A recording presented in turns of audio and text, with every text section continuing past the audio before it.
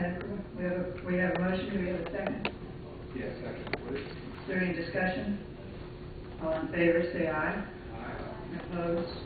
Motion carries. At this time, we're going to move a little bit out of order and ask Mrs. Angus Fikes to have her presentation of the proposed budget amendment for 2013-2014. As of right now, we don't have any budget amendments to share with you, but I've got to leave early. My mom had heart surgery yesterday and got a call from the hospital at 4:30. I need to get over there as soon as I can. So what I wanted to kind of go over, just explain to you, so when you start discussing millages in the budget, you'll know where these numbers are coming from. The spreadsheet that I prepared is the budget scenarios. Y'all have that in front of you. So what you've got is, if you do a 1 mil column, this is what it would look like if you tried 0.95 mil or 0.9 mil. So and what I've done is, because I didn't know how you were going to handle this, the unallocated medical care. So like the 1 mil, you have $8 million to disperse among the clinics and hospitals, however you decide tonight with this funding agreement. If you did 0.95 mils, you'll have $7.8 million to disperse. If anything changes, if you decide to do a budget amendment or anything for tonight, it will lower your beginning fund balance, and it will reduce next year's medical care money. And So as soon as you get that millage rate, then you'll be able to go to work. as soon as you approve a millage rate, and Ms. Kirsten will let me know what that is, because I have to get the ad to the Sentinel tomorrow, then I will be able to finish everything. Okay. Well, we wish you the best, your mother the best. Thank you. We'll be in touch. Okay, so we will move back on the agenda to item 5, which is request for funding. And we will hear the first request from Florida Hospital Waterman.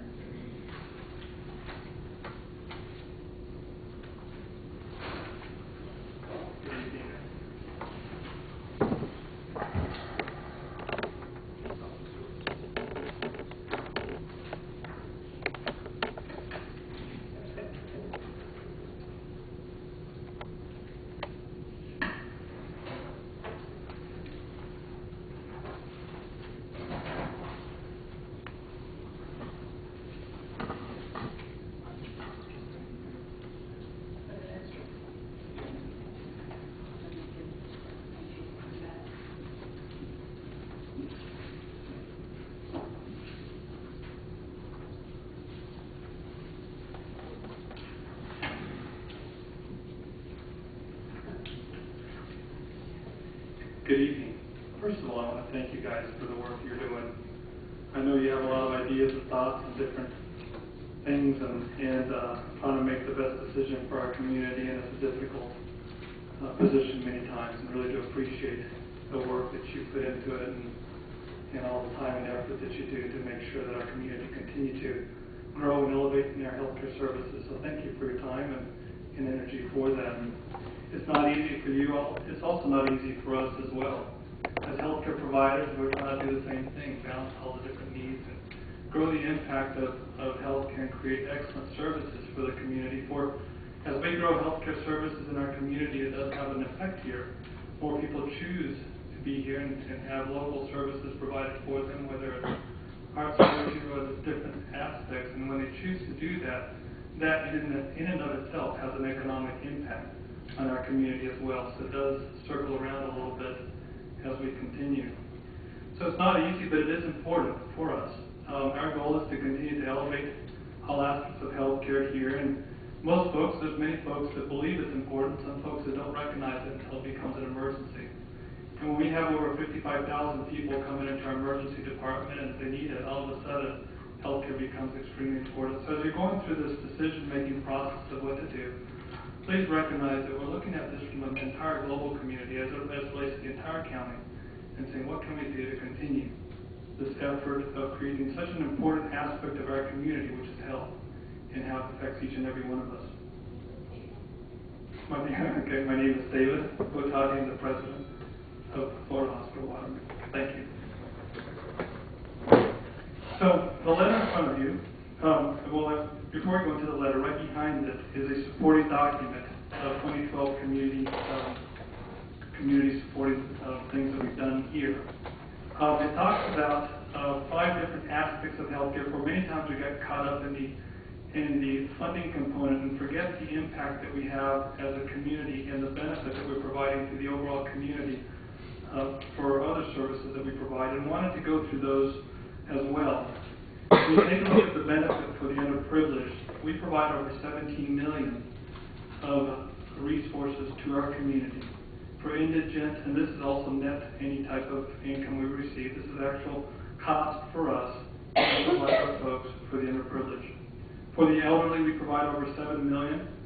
For our community wellness, which includes the community clinic, the transportation, donations to local charity, screenings, education, and other aspects, we provide another $600,000.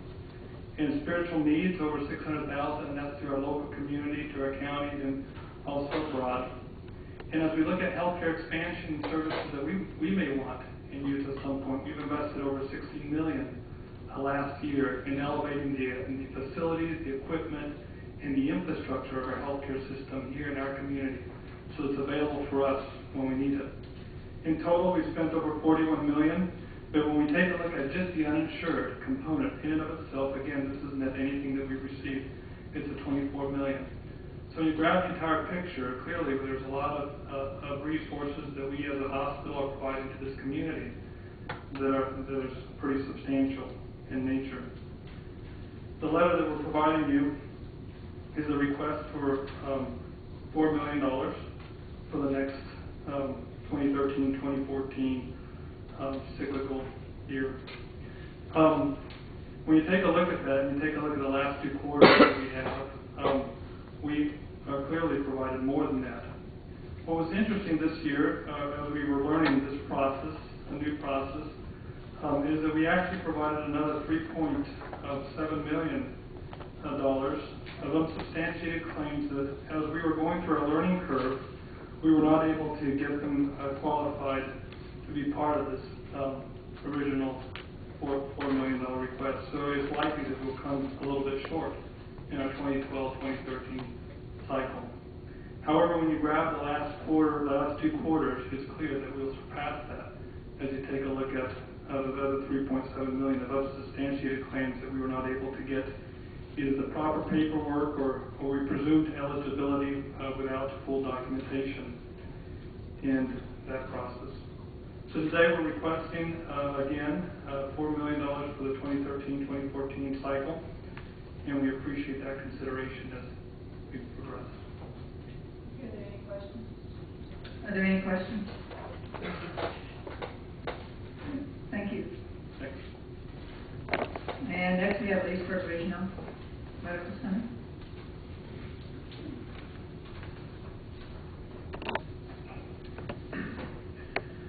Test my PowerPoint skills here. Good evening. I'm Phil Braun. I'm General Counsel for Leesburg Regional Medical Center, and it's a pleasure to be here tonight and see y'all. I'll try to keep my remarks brief because I know you have the presentation, so I know it looks long, but I won't go through the entire presentation unless you have any specific questions. But I want to start by thanking you, as David did. It is an important job that you're up here doing.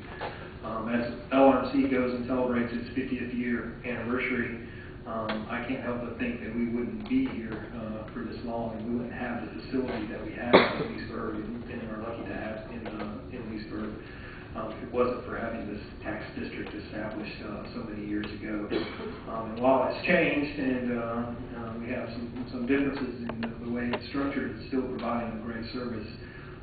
And we're happy with the transparency, despite the fact that it has caused us to add some support services and some bureaucracy to the system. We think it has shown that the care that we've been providing and over those 50 years have provided in the past was needed and was rightfully reimbursed by this district over those years. So thank you for that. And congratulations on the fact that you no longer have a lawsuit over your head to deal with. That's been 2 lawsuits in 4 or 5 years, I think, going on. So we're glad to have that done. Let me start off apologizing that Don Henderson, our CEO, apologized for not being able to be here. He had a speaking engagement that he couldn't get out of, but he did send myself and the COO, Sept, who's new to our organization, but we're glad he's here, and our senior VP CFO, Diane Hart, who you've met before, is here as well, to be able to answer any questions. I drew the short straw and got to speak to you tonight. I don't know if that's bad for you or bad for me, probably more so for you.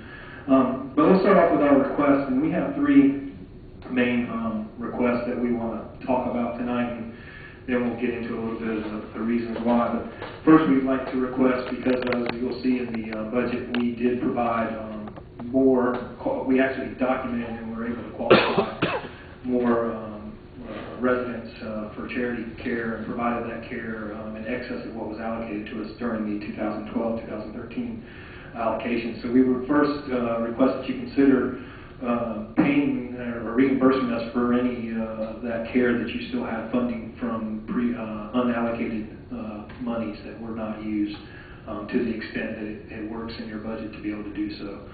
The second request is what we feel we'll be able to provide this year going forward. And if you'll recall, the reason that we do this request by allocation is so that we can participate in the LIP and the MATS and the, now they're calling it self-funded add-on. They keep changing the names of these programs. But the good news is these programs allow you and allow the hospitals to leverage those dollars that you bring in tremendously. And that helps everybody by providing better health care for all of us. So we again would ask that we be able to participate in those letters of agreements, both in the self-funded add-on and the LIP program. So the total amount we're looking at is $4,059,601. We're basing that pretty much straight on what we provided and were able to allocate last year. So if you'll recall in our previous meetings when we set this up, the idea was that the first year we really didn't know what was going to happen. Like Waterman, we've also had our struggles trying to document, and we have quite a few that we couldn't document as well. So we're all learning this system, and what we had agreed upon in general and in discussions, I think if we were to look at the minutes, was that we would go forward with the traditional allocation of the dollars until such time as we had enough history to be able to determine what was the right place to go forward. So we hope that that's how we'll be judged, on that history, and so that's where we came up with that $4 million. And we do think that we could probably will succeed that $4 million. But as I know and as you know, that there's only one bill of dollars available, and when you split that one bill up, eventually you're out of it. So, even if we ask for more, or are able to document more, I'm not sure it's there to be had.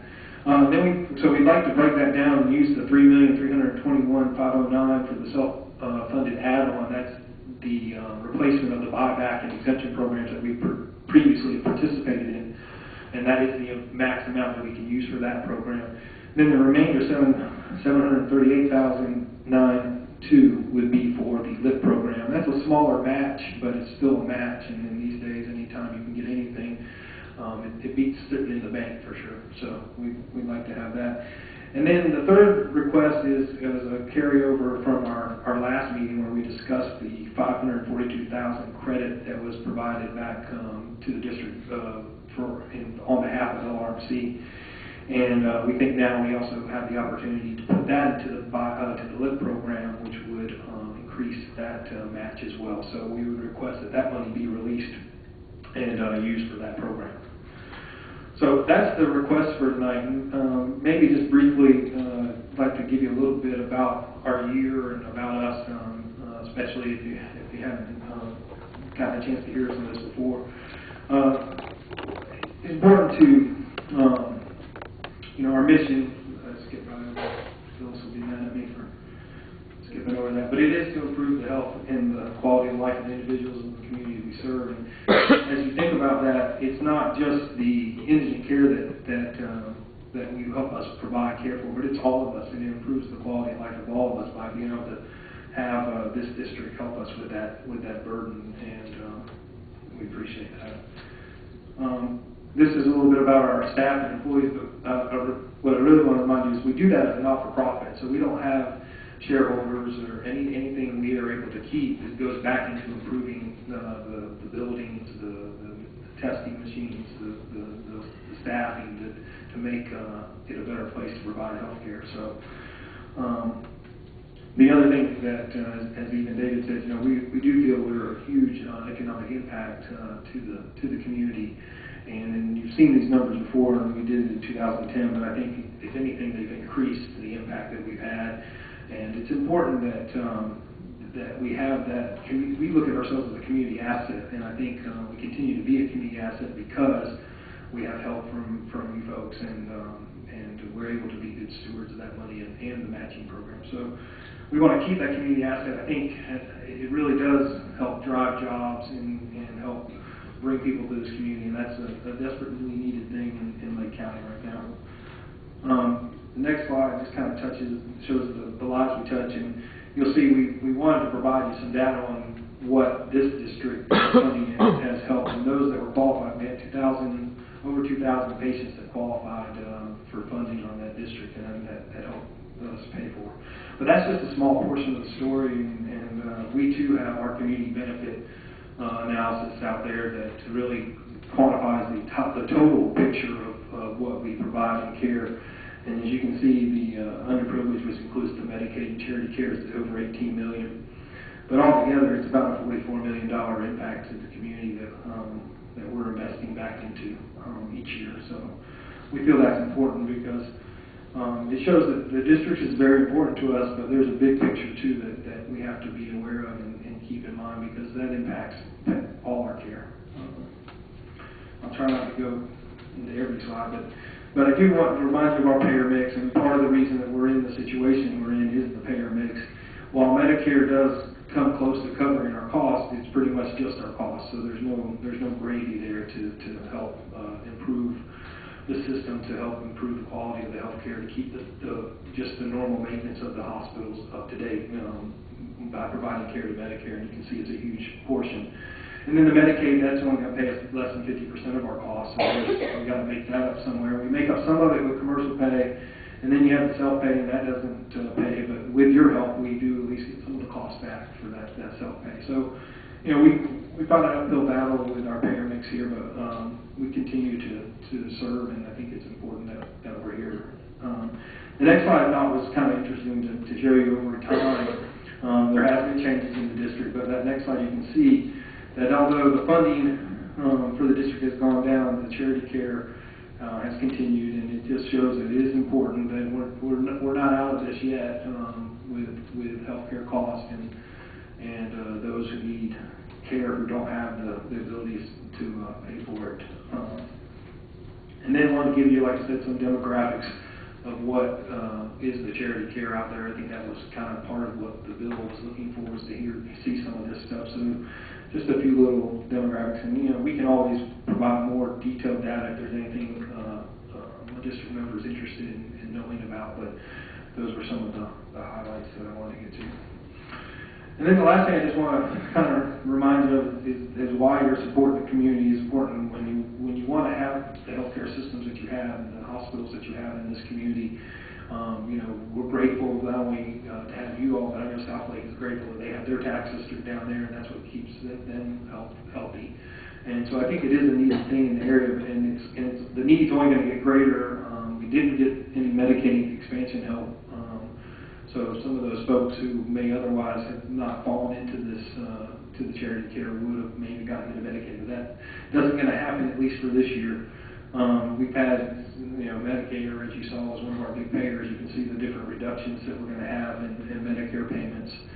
And, well, the economy seems to be getting better. There doesn't seem to be, the insurance question is still an issue, whether it's better or not, or whether they can get insurance. I know, a lot of service organizations are cutting their staff employees down to less than 30 hours so they don't have to provide the insurance. So, and the changes are coming, and we'll see, but I don't know that we'll see a great push for those folks who have their hours cut. I don't know if they're going to run out and purchase purchase the insurance anyway. You know, I know they're supposed to, but we're not real positive that's going to happen. And then finally, this is the slide to show that why we based that request. This kind of comes back to our request.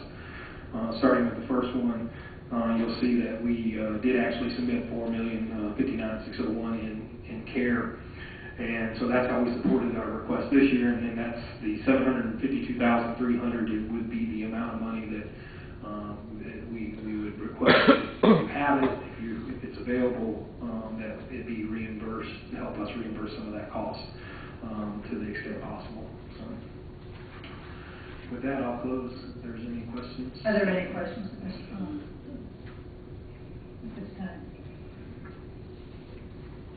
No? I forgot one thing. I'm sorry. And I do know that you're going to make a decision tonight to whether to what millage to set. And you know, based on what I've heard Waterman now request and what our request, and we haven't gotten the request of any other clinics yet. I would make an additional request that you continue with the $1 million, because I think the care is out there. I think the amount of money needed to help reimburse the care is more than $1 million, and so saying $1 million would be a reasonable amount based on the history and the documentation that's out there. Thank you. And next we have a request from Leesburg Behavioral Center.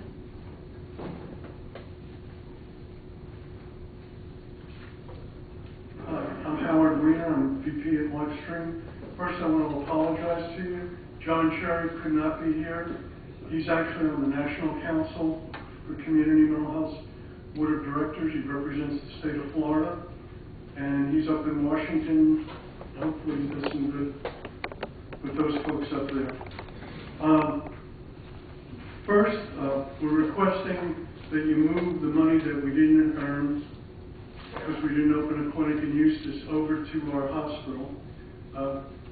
We believe we've earned that money.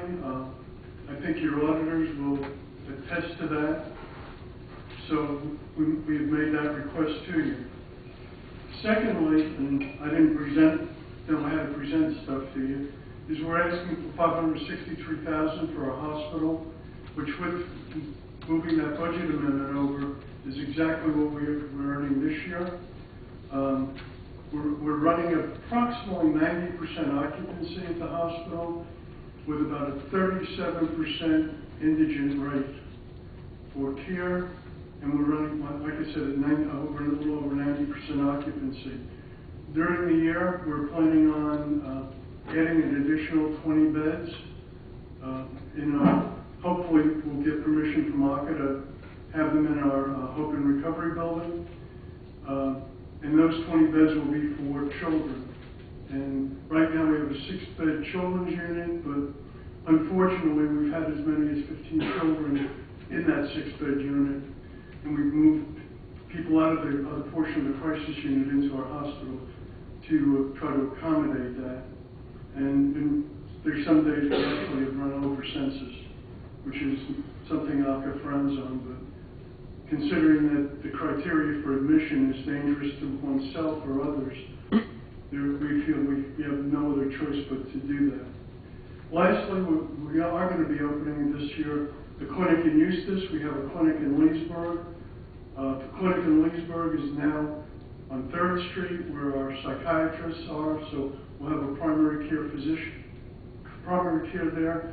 So it's all in one stop. We also have a pharmacy there, so that we'll be able to take care of the client's complete needs. About 80% of our clients do not have a primary care physician, and nationally, the mentally ill die about 25 years before the average person does. So we're asking for $520,000 for that clinic, and for the clinic we will be opening up in Eustis with the same type of arrangement. Are there any questions? Are there any questions? Thank you. Thank you. And next we'll hear requests from the free clinics. We have St. Luke's Free Medical and Dental Clinic.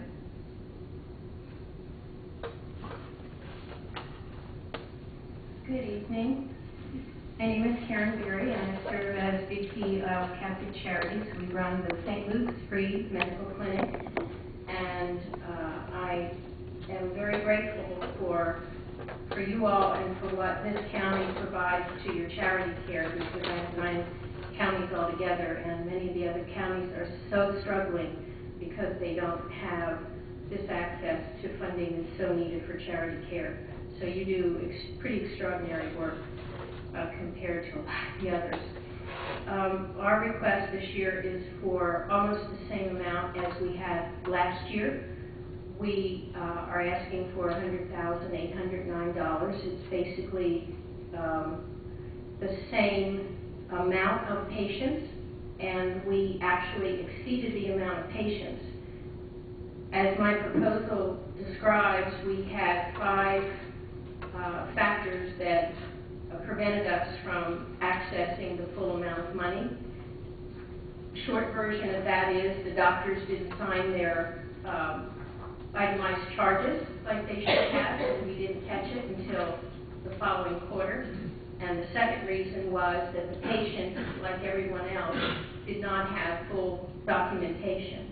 So we've been working really hard to fix these problems, along with our auditors, who, by the way, have done a terrific job, I must say, in working with us. And they're not punitive, they're trying to help us to make sure that we can access as much charity care as possible. So you need to know that from your point of view. And in working with our auditors, we realized that if we're billing for separate services, by that I mean you're a patient, you come into St. Luke's, you get pre-care, you see the doctor, the nurse practitioner prepares you, that's a visit, the case manager helps to work with other funding for food and finance and bus transportation. By the way, many of our patients can't even afford the bus transportation, and because we're an evening clinic, many of them can't get a ride home. So that's an issue for us, because the bus service stops on Bay Street, I guess, at 7:30 at night. So that's something you need to at least be aware of.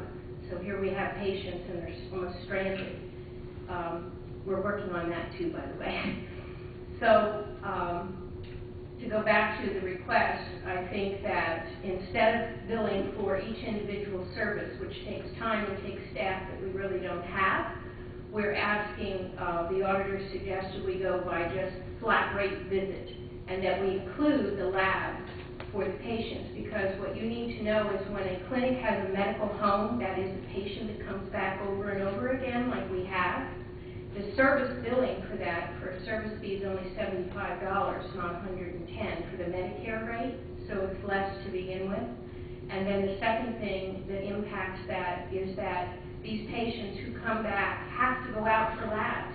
The doctor requires labs, and they can't afford the labs. So we found a way that we can be direct paying of those labs and then ask for that funding back and still be within the parameters of the House bill, now statute, it's not a bill anymore.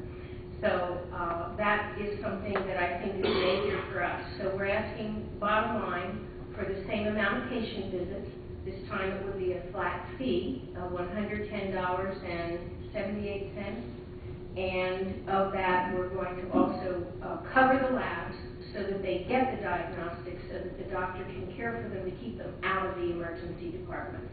So that's $700 that we won't hopefully have to go into emergency rooms for urgent care. Okay, are there any questions?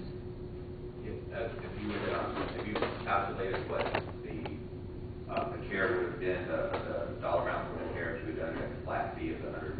Yeah, and we would have made our amount this year. We lost $39,516 because 356 patients either didn't have that bill signed, you know, the equivalent bill. We don't charge, but there's like a service equivalent Medicare. And 39,000 was lost. So it was almost just what we asked for, because we did it the wrong way, and it takes more staff, and it takes more time, and it takes more paperwork. So simplifying this is going to be easier for everyone, especially us, with limited staff. That's a suggestion of the auditor to do it at 110 flat. Yeah, on per visit charge, and including labs, which we didn't include this time, and we pay for that directly. patient ever pays. So you're I want to be asking, clear on that. you're asking for how much? $100,809. And is that now allowable by the auditors?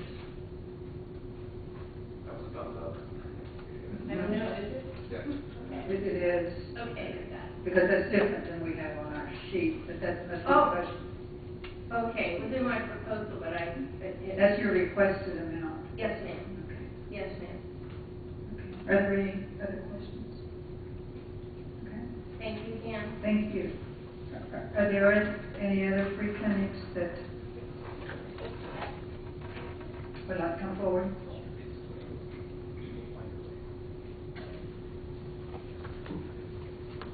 Good evening, I'm Anita Young from Florida Hospital Waterman Foundation, and I'm here representing, on behalf of Melissa Sims, who's on maternity leave, the Community Primary Health Clinic, which is on Kirk Street in Houston.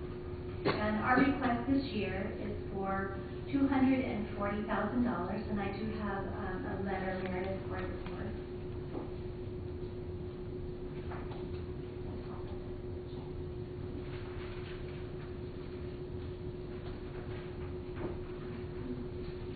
And to share with you while she's passing those down, the request is based on the information that we've submitted so far. Last year we were budgeted $225,000, of which $178,024 was submitted for claim reimbursement. That was 1,309 claims. As we've had an opportunity to go through the learning curve, if you'll take a look at the last 2 quarters of the submission, you'll see that both were over $60,000 each. And we believe that it is reasonable and attainable for us to continue at that level for the full year of 4 quarters moving forward. So that's where the request of $240,000 comes from, 60,000 times the 4 quarters. We have been blessed by these funds that have been shared with us. We are able to overcome some of our learning curve by adding additional volunteer staff. But I will tell you that treating a patient within a clinic environment is a more reasonable opportunity for us within our healthcare system here in Lake County. We were able to serve, and this kind of gives you an idea of the patients that we were unable to submit claims for, we were able to serve 3,414 patient visits during the same time frame of July 1 of 12 through June 30 of 13. So we were only able to submit 1,609 of those claims based on the paperwork that's required and the substantiation of those claims. And again, we face the same situation as all the others that have come forward and have expressed their concern with the paperwork being turned in by the patient and the patients feeling responsible to get that back to us. So that is a struggle that we continue with. We are working to encourage our patients to take more responsibility on our behalf and on theirs as well. So the request this evening is $240,000 for the Florida Hospital Waterman Community Primary Health Clinic, and I'm happy to address any questions. Are there any questions? Okay. Yes. Thank you. Okay, and we have Dr. Moore.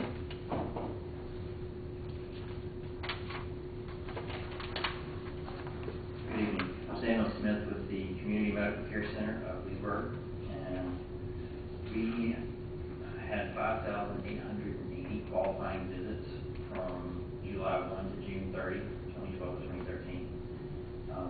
We probably had another 2,000 or 2,500 visits that were not qualifying because we serve a lot of folks from Sumter County and outside of the tax district, and of course they don't qualify. And we have not turned those folks away.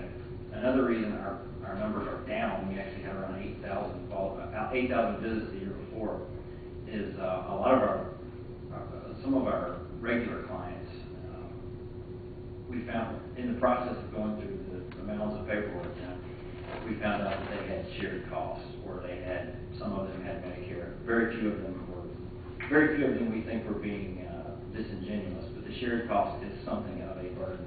If you're on a fixed income and you have to spend everything that you get to get your medical care, I can kind of understand why some folks would maybe fudge the truth just a little bit. But we have referred those folks to different services, and we've done our best, the best that we can to try to get them to an appropriate place. And we still have an enormous number of clients. We distribute a little over $2 million a year in free medications, thanks to some deals that we've made with the drug companies. And I can't tell you the impact that it has on the community, because a lot of what we do is preventative. We have a chronic disease management program, we have cardiologists, we have different folks. And so, how much would a heart attack cost at the hospital? We don't know. How many of them do we stop? We don't really know. But I can tell you this, that we have about 1,200 who are our regular clients who come in, and if each one of them was to have one extra $2,500 unfunded visit to the emergency room, that would be $1 million over the course of a year. I think that would be I think we could expect, if the clinic was not there, a little bit more than one per client, because these folks are in desperate shape. With our partners at LRMC, we have come up with a number of $200,000, because that's roughly what we have billed for in the last year. Honestly, last year we asked for $315 because we had to come up with a number. We were able to, and we didn't really know what the requirements were going to be and how we were going to get people qualified. And we found that we're billing about $50,000 per quarter, and we don't want to take up any more of the budget than is necessary. We want to be responsible. So our request is for $200,000 for this year. Thank you. Okay. Are there any questions? Thank you. And we have, who else do we have?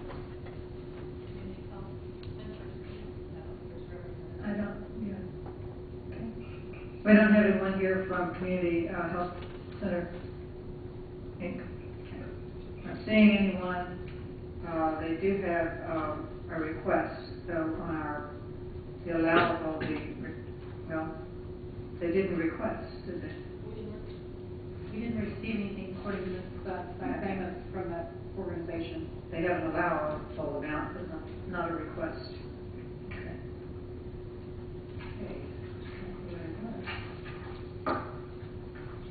Are there any questions of any of the providers at this time? Any further questions? Next on the agenda then is the board action of proposed budget amendment for 2013-2014. Meredith, did you have anything that you would want to add or summarize? No, ma'am, not at the moment. Unless the board has any questions, I'll attempt to look at us from the budget standpoint. So we'll open it up for discussion. And Mr. Halligan, did you have anything that you would like to add at this point? No, not at this point. Okay. It's open for discussion. I think I have a few questions on it. This is the right time for a couple of them. And I have a question for Mr. Halligan, too, just in relation to the comments that have been made about getting the system under control for everyone and learning how it works. We've had a couple of requests that they've indicated that over the last couple of quarters that they're now are able to document things a little better, and that their documented claims have gone up. Have you recognized that in the auditing?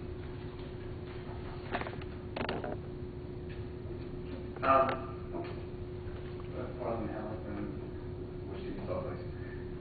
Yes, absolutely, that is the case. I think some of the training that we did early on was working hand in hand and trying to explain all the rules of what needs to be in a file before it's handed to us so that we can sign off on it. In the very first quarter, it was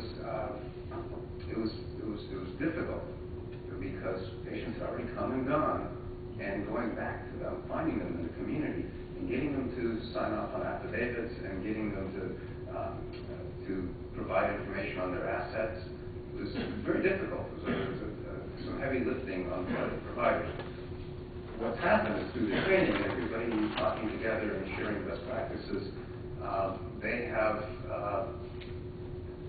They've changed, first off, the hospitals have allocated some resources to it, as have the clinics. Allocating some resources to collecting the information, and then collecting it up front at the point of admission. That's huge, because now you have it and you're ready, and you can see the trend from quarter to quarter on the handout that I gave you earlier. It's getting better as we go. So yes, I can vouch for what they're telling you. It's been a learning process on our part and on the part of the providers, and they've created systems to produce the information so that we can check the box and say yes, it's there, and this is a qualified claim. From an auditing perspective, what you see, do you expect those trends to continue? That I do. It's getting better. I think, I'm hopeful. Do you believe, from an auditing perspective, that the expectations that we're hearing from the providers, that those are going to continue, that the last quarters are more representative of the ongoing need, that is correct, that the last 2 quarters are indicative of what the real need is, not the prior 2 quarters before those? Right, I understand your question. You're looking at how that is going to project going forward, and I will tell you, yes, absolutely, that is the case. The most recent quarter is the most representative of what I would expect the next quarter to be. I think it's going to be a system that's going to improve, that's going to capture more of the indigent care in 2014 than it did in 2013. Yeah. Yeah, I have a question. Should the Affordable Care Act start in January? What impact might that have? Well, that's a broad question, and how much time do I have?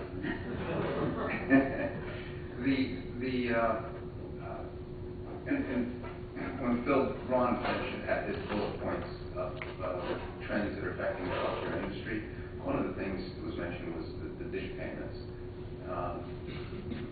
Florida our demographics are different than any other state. We have more people in the 65 and older age cohort than, as a percentage of our total population, than any other state. And so we pay in more to the bucket in Washington. In other words, from every Medicare premium, if you're over 65 and you're paying a Medicare premium monthly, some of those dollars go to Washington and they sit in this bucket. And that bucket then, at the end of the year, when every hospital in the country files its cost report, gets allocated out to those hospitals based on their Medicaid care that they provided for the year. And so, particularly this is what we call safety net hospitals that deal with inner cities or very rural areas where there's a lot of poor and a lot of Medicaid. They get what's called a disproportionate share payment to help, because Medicaid doesn't quite cover your costs, whereas Medicare comes closer to that. So our hospitals, including the 2 that you have here in your district, have become used to getting that disproportionate share payment when they file their cost report. Well, as Mr. Vaughn pointed out, this year we're not going to have a Medicaid expansion, which is part of your question. We're not going to have a Medicaid expansion, and so we get the double whammy of we pay in more, disproportionately more, into that bucket in Washington than we're going to get now, because all of the other states, I think there's 8 that turned it down like Florida did, but all of the other states are going to get more of that bucket, and we're going to get less. And so we're paying more to fund the Medicaid programs in the rest of the nation. Those dollars are not coming back to Florida, and they're not coming back to your 2 hospitals. And so that's, right off the bat, one of the things that I would expect in 2014 and beyond is a big drop in the dish payments. And so the more Medicaid that they serve, and I forget the exact percentages that were up on the board, the more that they're going to get less money for caring for those. That's, I don't know if I'm answering your question. Okay. The outlook is not good. We're not going to have a Medicaid expansion in Florida, and unless our legislature quickly decides to do otherwise. And I don't know that that's going to happen.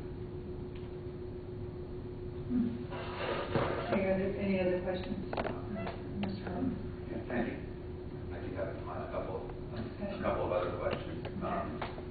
We're going to go out and set it on a millage rate, is that right? Correct.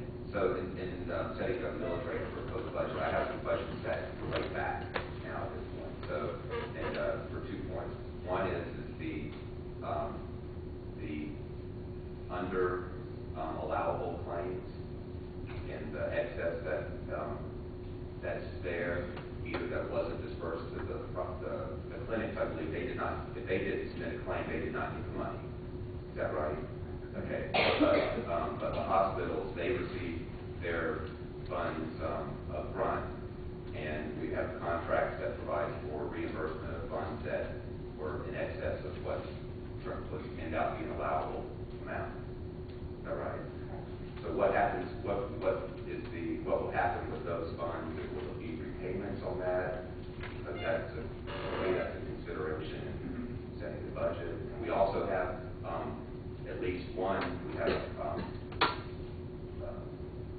LRNC that was significantly under. Their allowable claims were actually greater than what they were allocated. So that's one question. What's going to happen with those over allocated funds? And on top of that, what does that do with the budget for over? So that's a little confusing to me. On top of this question also. We can't hear. Well, I'll attempt to answer the question to the best of my ability. I'm sorry Mrs. Pike Famous had to leave because this is really her area of expertise and not mine.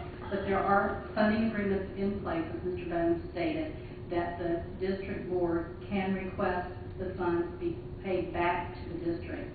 Having never been in this situation before, I guess it would be up to the board to determine whether they're going to request these funds back for those who have been overcompensated, or if they're going to allow them to roll over into the budget next year. And for example, Florida Hospital Waterman would be in arrears $474,222 to begin with, or whether those monies would come back into the district, if you would, and then they would be distributed to LRNC and or live streams in some form or fashion. That would be up to what the board decides to do tonight.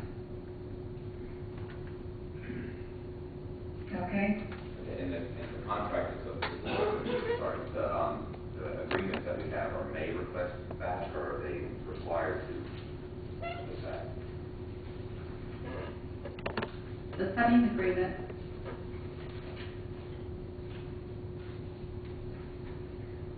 states the district is entitled to a recoupment of amounts in question, and they may request those funds.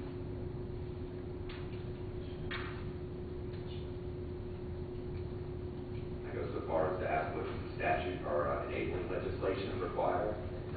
You have to document it does require that there be documented documentation for the payments. Is that correct? Or? That is correct. Our choices are to move it forward as next year's budget. Correct. Or to allocate it in some form for those allowable requests for this year, 2012, 2013. Yes, ma'am. I agree, this is a board decision. So, I wonder if the hospitals have discussed this among themselves at all.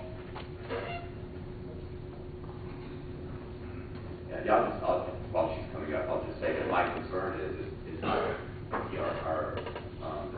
the agreement may say that we may request back, but if our enabling legislation requires that it be documented, then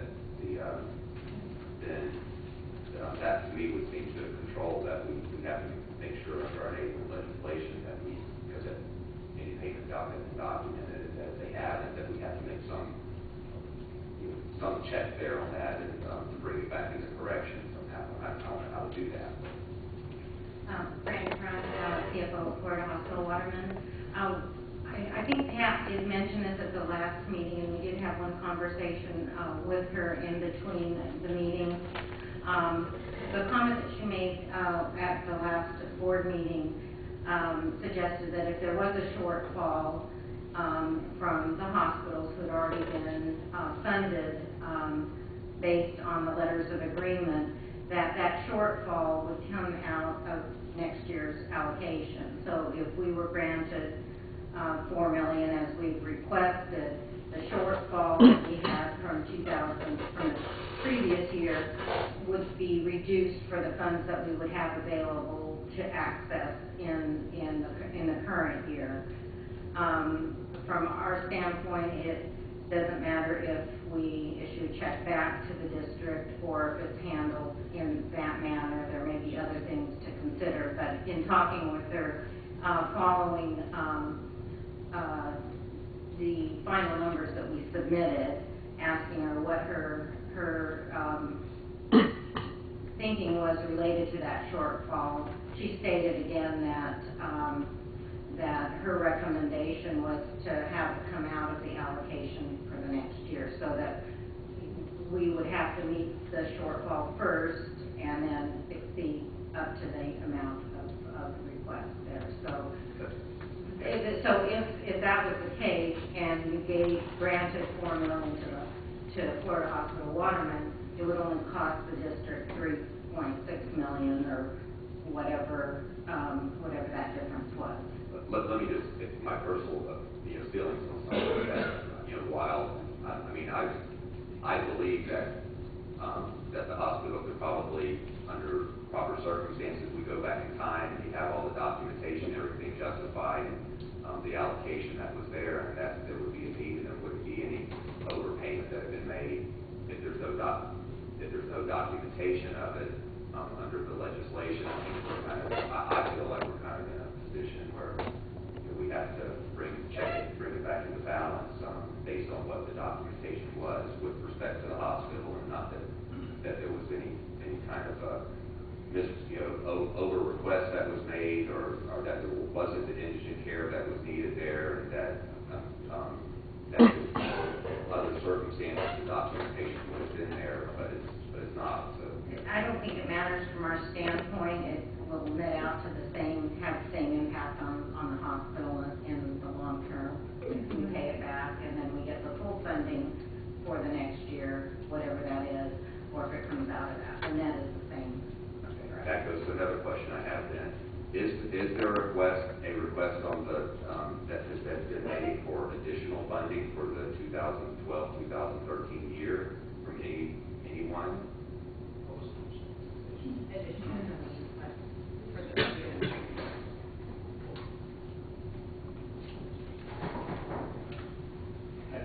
It is a board decision, but we did request, and we provided about up to $725,000 extra dollars in charity care, and I guess if they don't provide you that $400, then you probably don't have the money to reimburse us. So, that, logically speaking, that's what happens. I guess I'm not sure I completely understood. I guess Waterman was saying that they would reduce their funding request if they paid that amount back, or they would keep their funding request. But is there a specific? I'm asking, is anyone requesting more funding for the 2012-2013 budget year? Yeah, we're requesting more than what we requested previously, but again, that, if you'll recall, that was kind of a deal, so to speak, because we were so new to this process.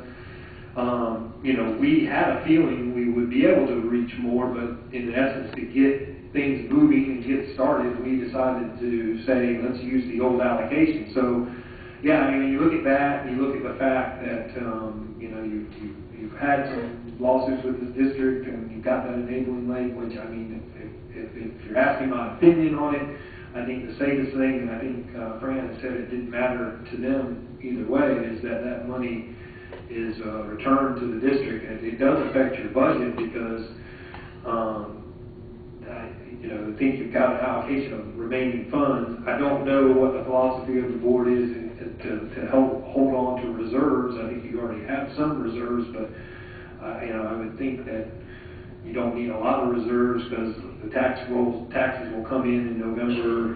You know what your expenses from now to November are, so you should be able to justify, should be in there how much you need to get you through to your next collection.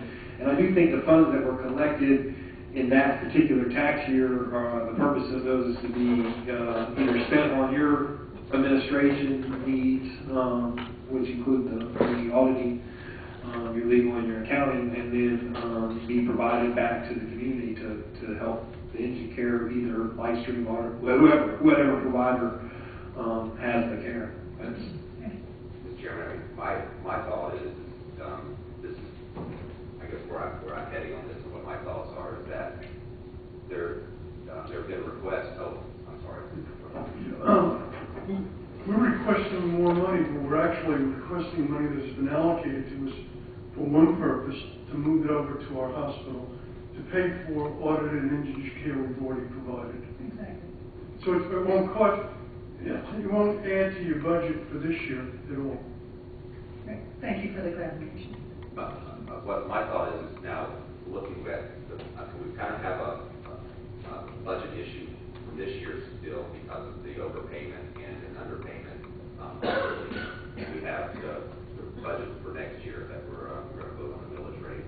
And separated the two, it appears to me that there's a sufficient need continuing in the community for the indigent care to the requests that are being made by the providers and by the clinic at the full amount. Is it the $9,483,410? Is that the total request, or is there an additional $200,000 requested on top of that from Community Medical Center? I'm looking at this funding proposal worksheet that was in the packet.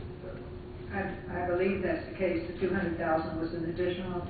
Okay. So there have been requests for $9,683,410 next year. But without that, we don't have a funding request from Community Health Center. Right, but the medical center, we have nothing from the Community Health Center. Yeah, so there may be additional. We just haven't heard from them at all. Neither Pat and I haven't heard from them. Okay. Right, but I think you're exactly right. If there's an issue with, now going back to the 2012-13 budget year, if there's an issue with this $474,000 overpayment that's sitting there, if we carry it over to the 2013-14 budget year, then effectively what we're doing is then we would reduce that $9,600,000 by some $474,000 to cover that.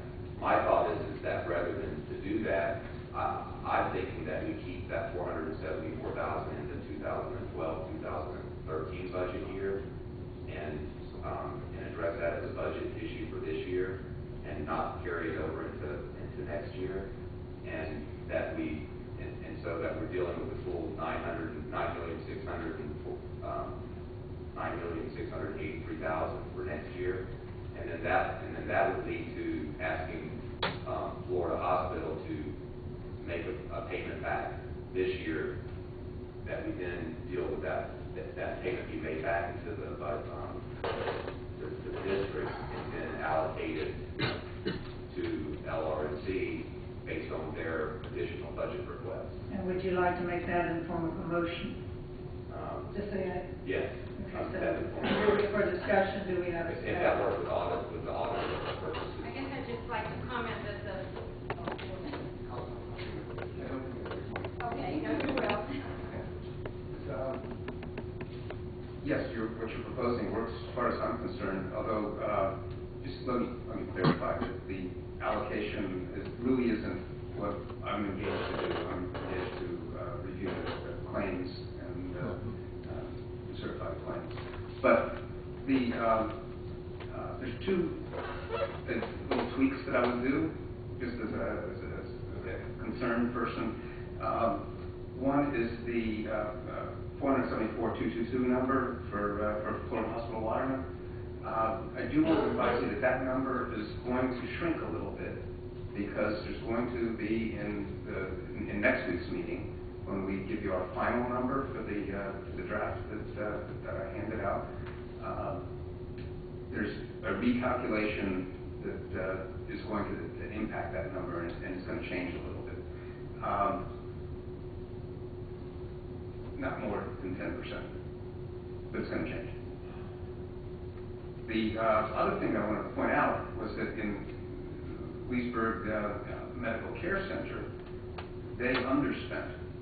And so if LifeStream if you're okay with LifeStream taking its clinic money and moving it to the hospital, I would suggest you consider the same for Leesburg as well. The unspent clinic money get moved to the hospital because they did oversubmit in the hospital and the care was given. That money is still in our account, in the district's account. That hasn't been paid out. Right. Yeah. But you still have the money. Right. Care was given. It's fair. It's fair. And it's fair for LifeStream, and it's fair for Leesburg and anybody else that's in that situation where they have. That's just my Good point. Mr. Braun? Just to clarify, I mean, I didn't want to give the impression that we were saying that it had to be the money from Waterman. I mean, 725. So obviously the clinic's money and all the money you have. You have like I'm not going to be good at math. There's not counting the 400 that you would get back from Waterman. You have roughly 500 and something thousand left because that 1,233,000 number that she has in the fund balance includes that credit. You'll see it comes back out down at the bottom. So you have about 500 that you didn't actually put out, roughly 500,000. I'm sure the CFOs are about ready to shoot me with the numbering, but it's probably maybe it's closer to 6. But you haven't used, and then if you add that to 400, then you'd have close to another million to either reallocate. However the board sees fit. But I do think the purpose of the bill was to reimburse, and LifeStream's kind of the same boat. I know they're going to use they're basically using their own money, but it's really all the district money to reimburse the care that was provided by the providers that they can document. I think that was the purpose of the bill. Mr. Brown, would you like to restate? I would. I would have amended that or restated to be that I think we would complete the full 2012-2013 auditing work to make a final determination of all monies that were documented, all care that was documented, to do a reconciliation at that point in time, that any monies that were overpaid to Florida Waterman Hospital or anyone else be put back into the district account. That we also look at funds that were allocated to the care clinics that have not been allowable use by those clinics to be added to those funds that might be reimbursed back from Florida Waterman Hospital. And to the extent that amount is equal to or less than the additional amount that has been requested by Leesburg Regional Medical Center, that those monies be paid to Leesburg Regional Medical Center for their documented care. Is that correct? Right. And LifeStream. And LifeStream there as well. So, and LifeStream. Okay.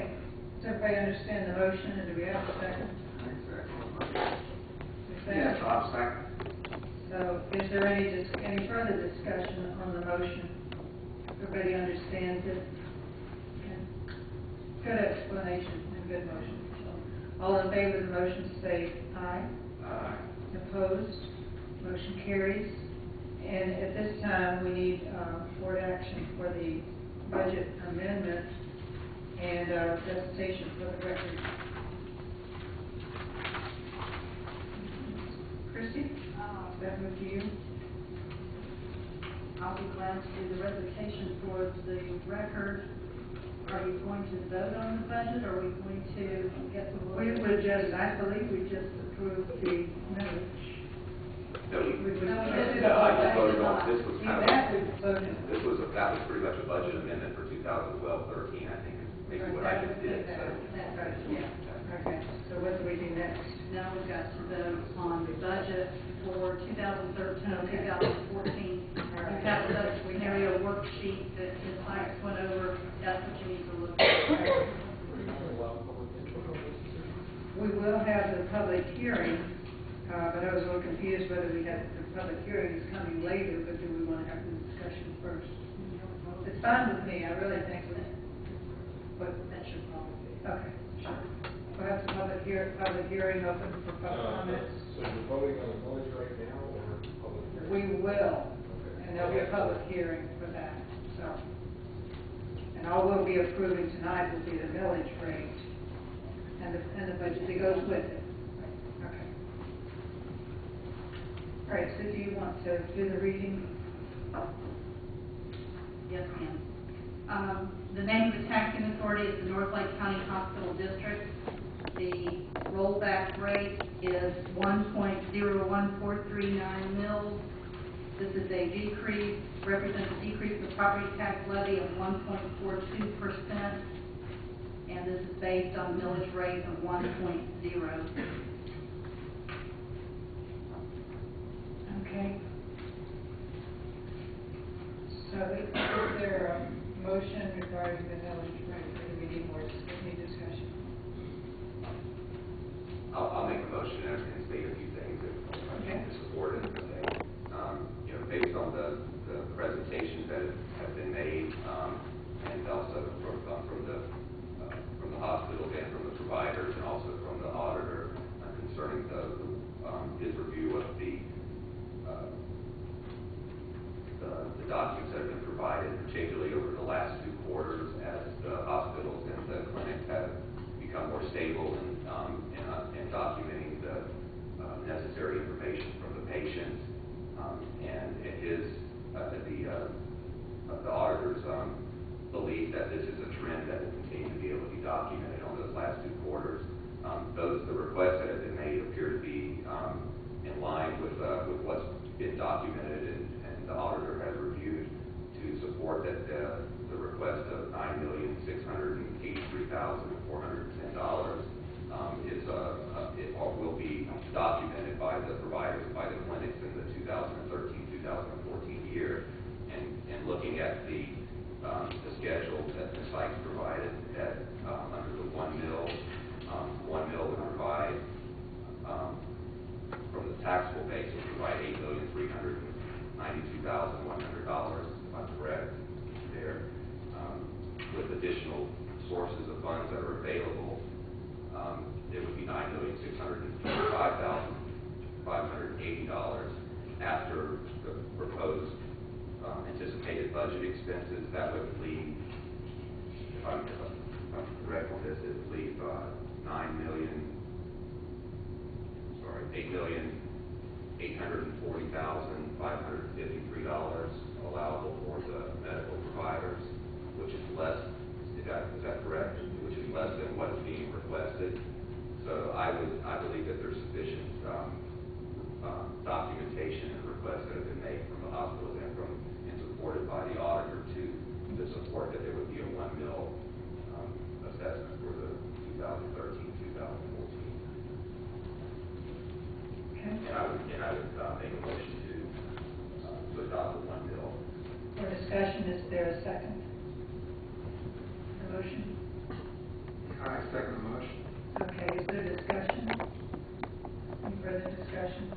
Good explanation? Okay.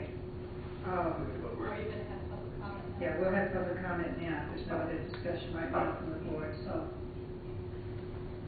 Vance?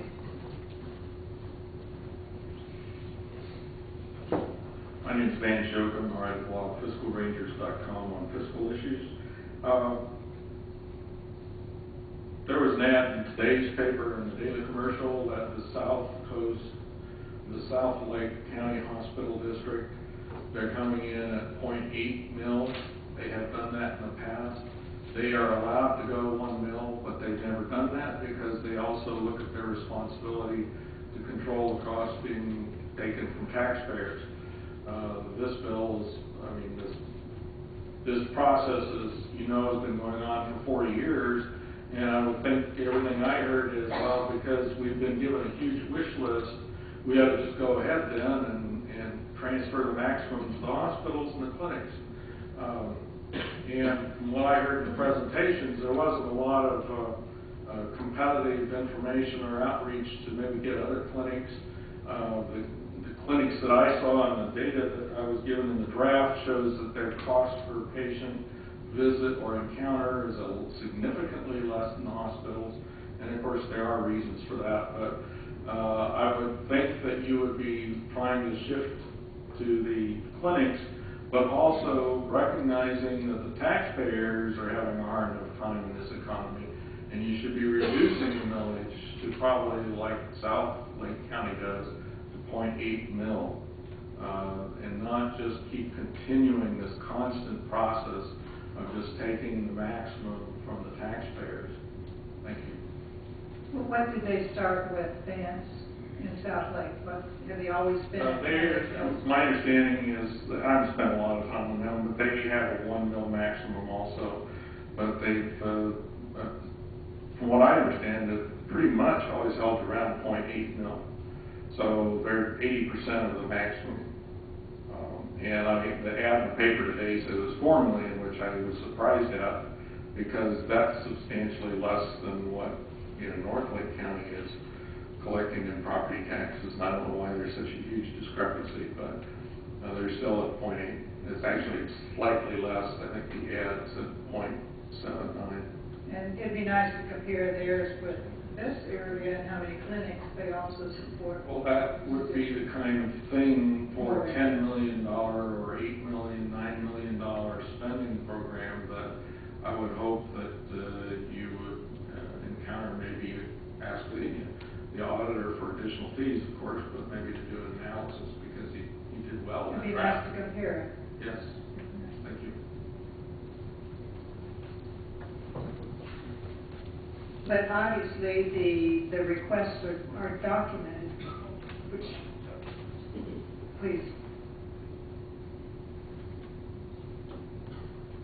Maybe from Florida Hospital Waterman Foundation. I thought I would share with you and to address Vance's statement as well. From Florida Hospital Waterman's perspective, we are trying to encourage those individuals coming through our emergency department to utilize care through our community primary health clinic. Just to give you some figures, we have actually, in the 6-month time frame from January through July, January through July, 7 months, of 2013, we made many thousands of calls that we actually contacted and had actual physical contact with 1,391 patients. Of those, 385 did follow up in our clinic, resulting in 182 brand new primary care patients. So from those actual visits, we had a 57% conversion rate from utilizing the ED into utilizing our primary care facility. So the cost difference is substantial, approximately $2,500 to see a patient in the emergency room versus $110 in our clinic. So I just wanted to make the statement that that is our goal. Those the individuals that are indigent within our community, we do want them to find a primary care home, and the clinics, we're encouraging that migration to the clinic. Thank you.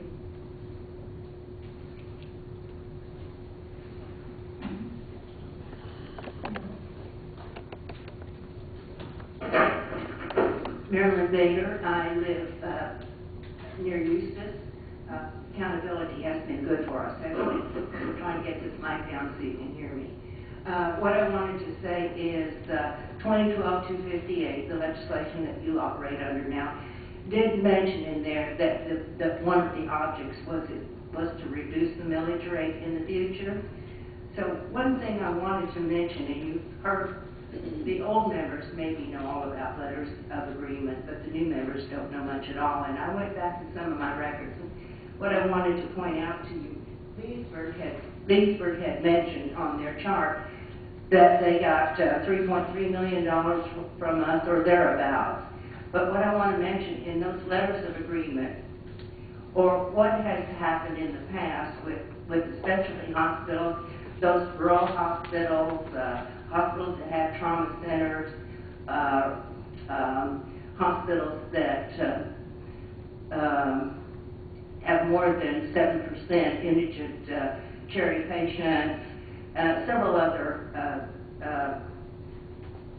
things that they look at were subsidized in the past. But then about 2005, the state came along and they passed a law that would allow us to buy into a program to get additional funds. And I don't know about last year, but the year before when I checked on it, I had some numbers here. I just want to tell you that subsidizes our hospitals a little more than you realize. If you don't mind, I'll read it to you. It's not very long. But it says, for state fiscal year 2011-12, Florida Hospital Waterman, Medicaid provider in the number, is projected to receive $612,325 in low-income pooled funds. And from that amount, they had invested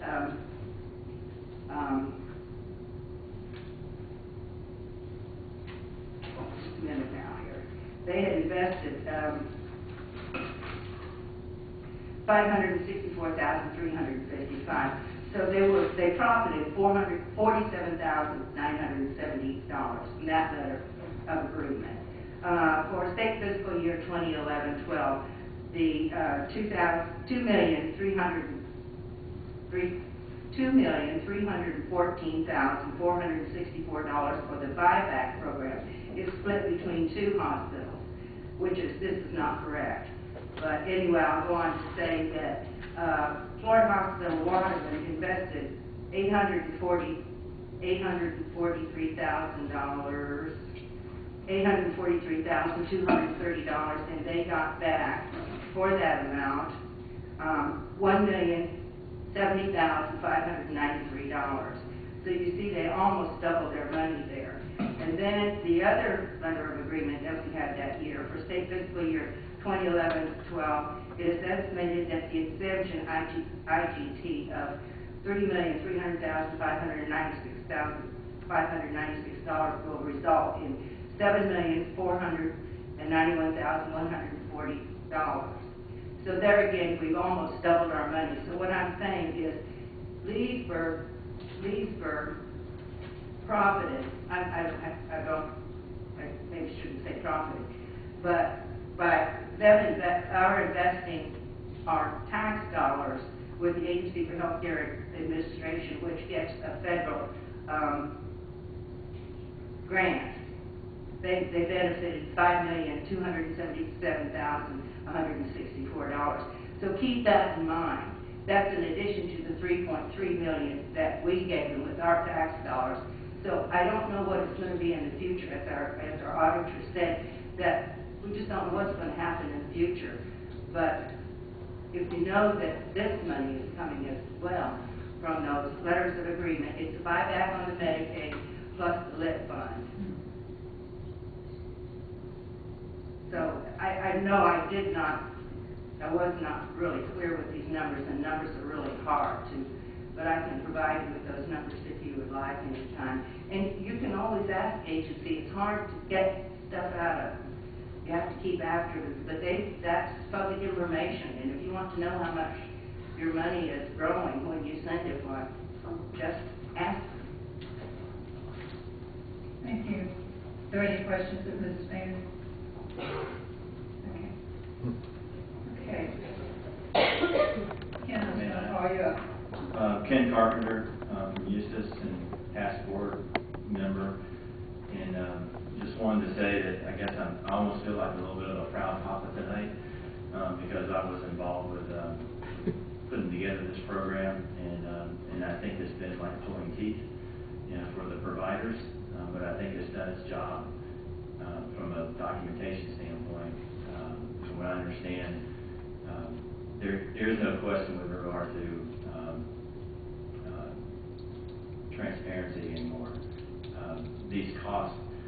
real. I think that in both of the presentations from the hospitals tonight, there's significantly more encounters that they weren't able to document. I mean, the numbers are coming in close to what was the tax that was collected and allocated for the last fiscal year.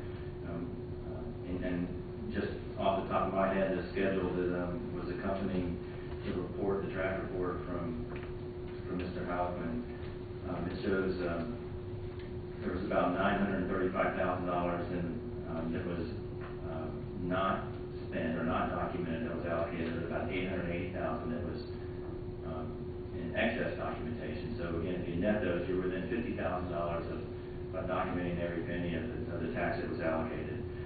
It just went to different sources. With regard to the comment that was just made about the money that came back from the matching programs up in ACA, the matching programs, you're comparing apples and oranges here, in my opinion. Those programs are there to for the benefit of Medicaid patients, and the legislation that you're operating under clearly indicates that we are not supporting Medicaid patients. These are patients that don't qualify for Medicaid. If in fact they subsequently qualify for Medicaid, anything that was paid to them has to be taken back out. So, in my opinion, from what I've heard tonight, it sounds like the system is working. It's going to be up to you as to whether or not you want to try to fully fund their requests from the various providers, or if you want to cut back. That's going to be up to y'all. But there's clearly costs that have been expended that have been documented that are within, again, $50,000 of almost in excess of $9 million that was distributed. And we know that there's significantly more costs that were incurred that were unsubstantiated. So, this validates, what we had thought, going into this process, the last couple of years when we were debating this program. The costs are definitely there. It's just, how much you guys want to support it, from the Millage standpoint. And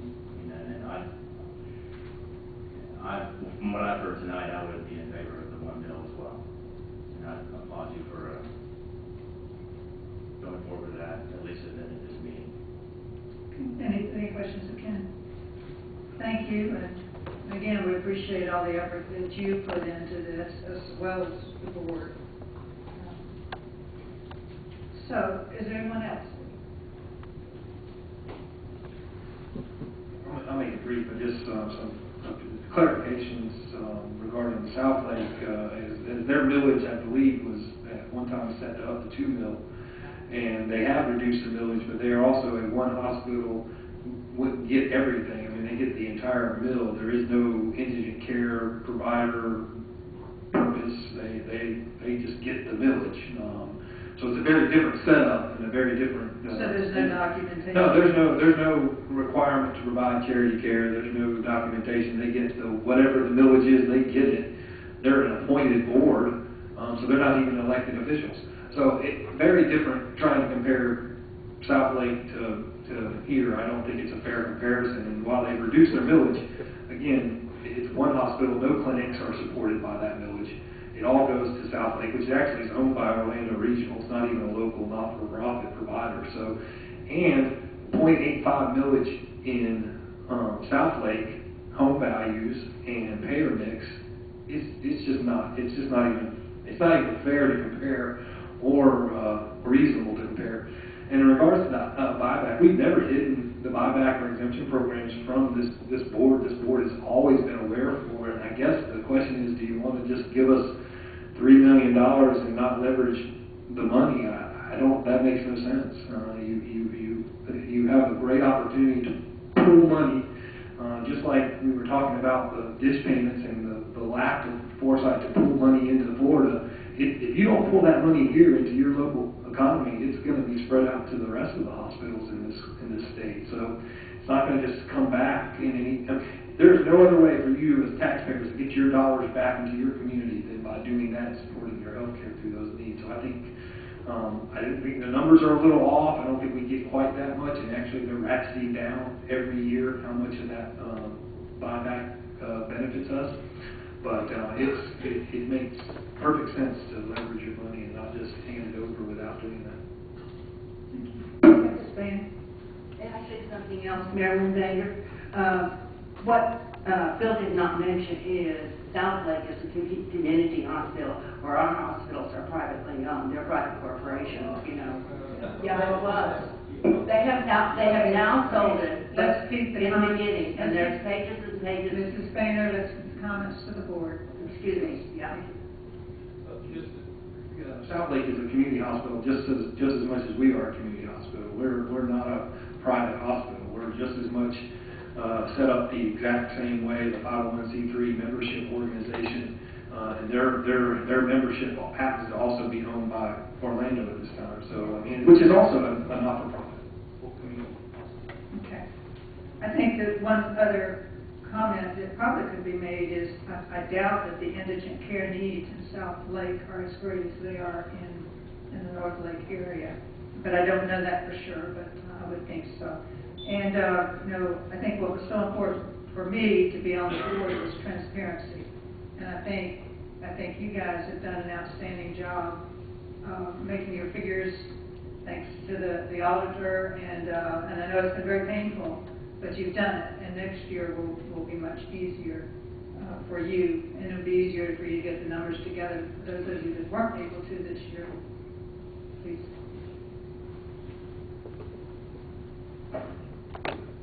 I'm sure you're all aware of this, but I just wanted to remind you again that in the bill, under the permitted uses of the tax funds, to pay that go towards the documented care of indigent care provided, that in section, I think it's 6B, it is permitted to maximize the public-private grant of the matching funds. And I think that, as Phil said, is a tremendous additional benefit to this community, because we couldn't access those dollars without it, but it is documented in the bill, and specifically it, but not limited to the Medicaid program.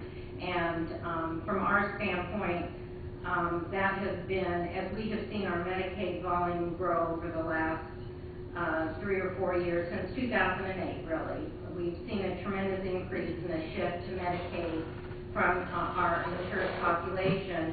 That has helped minimize the impact of that payer shift for us, and it is just a tremendous additional benefit, not only benefiting the hospitals, but benefiting this community as well, because those dollars would not come to our community otherwise. So I just wanted to make sure that everyone was clear that that is a permitted use of the funds. Okay. Is there anyone else that has a comment? Anything other comments from the board? If not,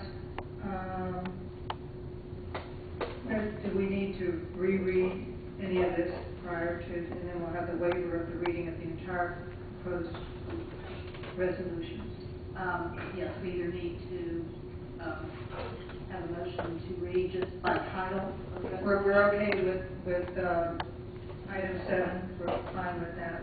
Yes, ma'am. We had the motion and we voted on it, right? We haven't voted on that. Okay, we need to have we need to vote on the motion, but have the millage rate at 1 mil. I think I made the motion. You made the motion, we just need to vote. All in favor of the motion, say aye. Aye. Opposed? Motion carries. Okay, now we can have the waiver. Oh, no. You voted no. Yeah. Okay. All right, let's show that for the record, the vote passed 4-1. Okay. All right, so now we need to have do we have to vote to have the waiver of the reading of the entire proposed resolutions? Make a motion to waive reading. Okay, is there a second? All in favor of the motion, say aye. Aye. Opposed? Motion carries. And we will now open the public hearing for the for comments on Resolution 2013-01, the setting of the millage. resolution of the North Lake County Hospital District providing for the adoption of the proposed millage rate for the 2013-2014 fiscal year. Is there anyone that would like to make further comments that we've not?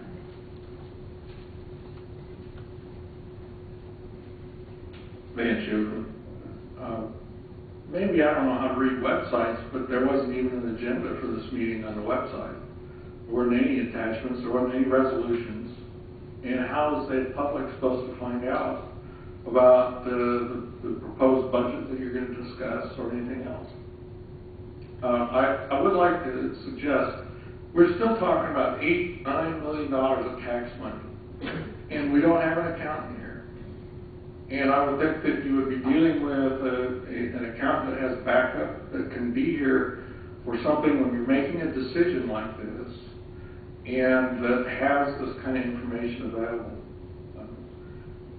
I'm just kind of really disappointed in that. There is a new state law about public input, and I thank you, Madam Chair, for allowing public input and being flexible. When you say transparency, there's nothing on the website.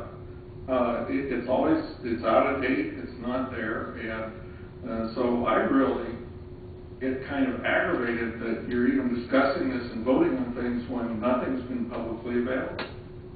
And I'm not sure why it wasn't on.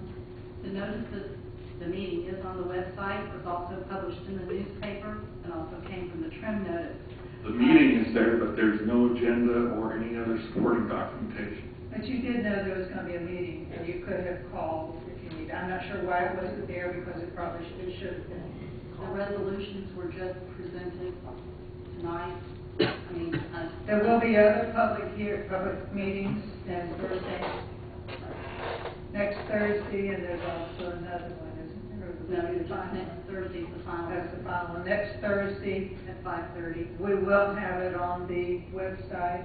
Yes, it's already there, but okay. We will have it again. Okay. And it will be published in the newspaper along with the budget, the tentative budget that will be sent to the newspaper tomorrow. They're holding the space for that. And I appreciate your comments, because a lot of this is a learning process, and we will have it there because it is our intent to make all of the information available to the public prior to our meetings. But at least the message did get out that we had the meeting. Yes, the notice was published in accordance with the law. The notice of the meeting has been on the website for quite a long time. The supporting documentation has been put on there as we receive it. Again, you can only put it there when I get it. So I checked like 20 minutes ago. There's nothing there. I appreciate the comment as well, because I have started to go more frequently to the website to look up the documents for the district here.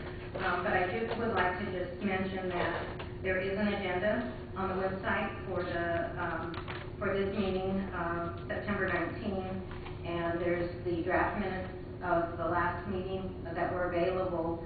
So I'm not sure why they weren't able to be accessed. I'm not sure. I can't see right now if all the other items were included there, but I just wanted to clarify that I was able to find the agenda on the website, and thank you for supporting that.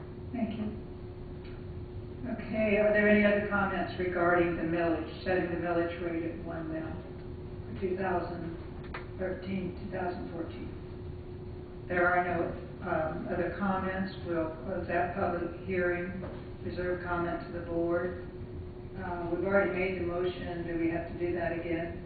No. So that is done. Moving on, we will have the next public hearing for Resolution 2013-02, adoption of the budget that goes along with that 1 mil. Resolution of the North Lake County Hospital District providing for the adoption of the proposed budget for the year 2013-2014 fiscal year. I'm not sure whether everyone has seen that or not. We could put it on the overhead, but I'm not sure whether David's set up to do that or not. I don't know, in the resolution that you're reading I don't know that that's correct if you were changing the fund balance, the beginning fund balance that you've been provided. Is that? Okay. I'm not sure. You're probably right. So is there anyone that has a comment, or public comment regarding the budget? Correct me if I'm wrong, but won't resolution number 2013-02 have to be amended since it's showing a carry forward of $9,060,000? That's right. Okay. Yes. So we won't approve the budget until the next meeting. I think you've got to approve a tentative budget so it can be published before you finalize it next week. So I think we have to amend this resolution that we're looking at. I'm not the auditor of the CPA, but that's my understanding. I think you're correct. I mean, that's what I was going to just point out. I think, you approved the village, and you could approve, like you said, a tentative budget, because I think you probably want the time to consider the request, so you can fill in the request, because from my calculations, and again, I probably should have the CFOs up here instead of me, but from my calculations, you've got on your plate more requests than you will have funding after, even though you did the bill, but then you'll have funding after you take all your expenses out, after you remove the credit, and after you remove the reimbursement that was approved for last year's. So there is some, Pat's going to have to change the budget slightly, but I think the total village, I think your expenses. It's really just the allocations and like you said, tweaking the remaining fund balance, because I think your remaining fund balance now is closer to 100,000, 200,000, something like that. And that's just in my head, that. Well, perhaps Mr. Halleckman can come up. I know this isn't in your area, but I know that we've got to prove that the funding balance is going to change, as is the unallocated medical care line that you've got in your proposed budget scenario. I think Bill is correct that there will be less funds available. But I know tonight you've got to approve a tentative budget. So the motion will be to approve the tentative budget? And to approve it by this resolution with this carry forward number changed. Perhaps Vance can assist us with his expertise of accounting. Well, I haven't seen the budget. Don't have any of those documents. Is this budget? It's not including then a proposed allocation among the different providers. They submitted requests. I agree with Phil is that we need time to assimilate that, because so is this resolution just a total budget? Is what your estimate is based upon 1 mil? There is a breakdown of the expenditures. By provider? Doesn't show the allocation for provider. That's my issue, is that you have different requests, we're using different allocation methods coming in. You ought to decide on one specific method of allocating so the rules are the same for all the providers. Thank you. And so that maybe one or and the other thing is that the purpose of this budget was to, for the enabling legislation was to foster competition for this, and my view is that the clinics should get at least what they got this last year or more, and there should be an outreach program to find more clinics, because clearly they're coming in at a much lower average cost. And let's see here, In that regard, I will yield. I think that's the big important thing. It sounds like as long as it's just total, and if you're not putting in your allocations yet, that's the issue that I would suggest you need to resolve. I think Vance and I are pretty much on the same page. I think you can readjust so you know what your total allocation for medical care will be. There is nothing that requires you at this time or even at the next budget to decide who you're going to pay or what. I mean, that can be done at any time you have that authority. You do have to say that we will allocate a total amount of money towards care, and then how you divvy that total amount up, I don't think even has to be decided, it can be decided as you go, but we do, the one thing I would request because if you want to participate in those buyback programs is that in that next meeting, unless you're going to have another one, you do need to allocate those amounts for those programs to the hospitals in order for them to do the matching, because those letters of agreement are going to be due October 1st. So that is the one thing, and that can be done at the next meeting as a separate item, but we would ask that you consider the request and look at that before you go. And I agree that I think it was the idea that the clinics would get involved with this, but frankly, I don't know if I would say it's competition. I mean, it's hard to say you want everyone to compete over no-pay patients, and the fact that you're not reimbursed. There's no excess money for the care we provide. You're just paying the cost of the care. So no matter how many patients we see, there's no profit in it. There's no profit in it. It's just simply a straight reimbursement. All it does is maybe allow us not to spend money that we do have on that care. But that's why you don't have the clinics. I mean, I know the bill envisioned more clinics and more hospitals. It's a nice theory, and we would love to see it. But when you're only reimbursing somebody for cost, and anybody that's in business knows you're not going to sell your apples for cost and stay in business. So it's just not, you're not going to foster competition. What you're going to do is support the not-for-profits that are helping take that burden off the county, take that burden off the community. You're going to help them. You're not going to make them rich, and you're not going to have new hospitals or new clinics pop up overnight to take care of indigent care costs. Now, if you gave them more than cost, you might have something there, but I don't see that happening. Okay, for clarification, is there anyone else that would like to speak in the public hearing? And being none, we'll close the public hearing on these two items. Correct me if I'm wrong, Meredith, we've approved the resolution for the millage rate, right? So now we just need to have the board approve the adoption of the tentative budget for 1 mil. That's correct. Yes, ma'am. Do we have a motion to that effect? I'll make a motion to approve. I think we probably already did, but is there a second? Sure. All those in favor say aye. Aye. The motion carries unanimous. Okay, is there any other questions? We have letters of agreement with the state of Florida through the Agency for Health Care Administration.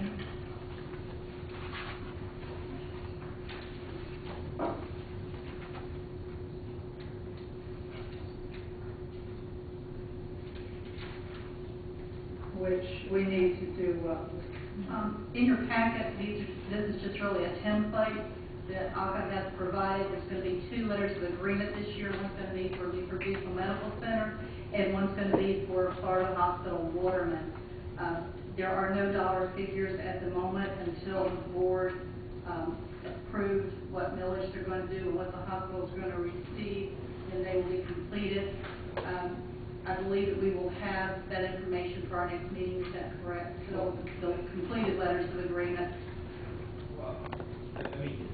We're happy to fill in those numbers, but I mean, in our request, you'll see in our request, and I think probably Martin too, you'll see the breakdown how we would want to fund it. So we would want to fund that the $3 million something amount would go to the self-funded add-on. They changed the name, sorry, but to that program, which is the Medicaid buyback rate, and then the 500,000 or so credit, and the I think it was 700.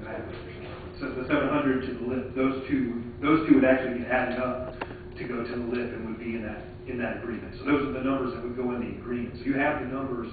It would just, I'm happy to put them in, but I don't want to presume that that's what you're going to do. But if that's the board tells me that's what they're going to do, we'll make sure that there are letters of agreement here next week for a signature. We can do that. But I figured you might want some time to look over the request. Yeah. And we'll need, of course, get with Pat. Yeah, and Pat, we can plan to tentatively bring those. If we need to change the numbers, we'll change the number on the spot here. Okay, we have that. And then Is there anything else that needs to come before the board to accomplish the aforementioned goals? Only thing I would point out in your section, I think it's 15, that there is a letter from Mr. Stone, who represented the board in the lawsuit, to advise you that there's received a notice of voluntary dismissal and it terminates the case in the lawsuit. And that's good news. Yeah. Thank you. Is there anything else? Any other new business? Another board member, where are we at that? The governor has interviewed, I know, one candidate.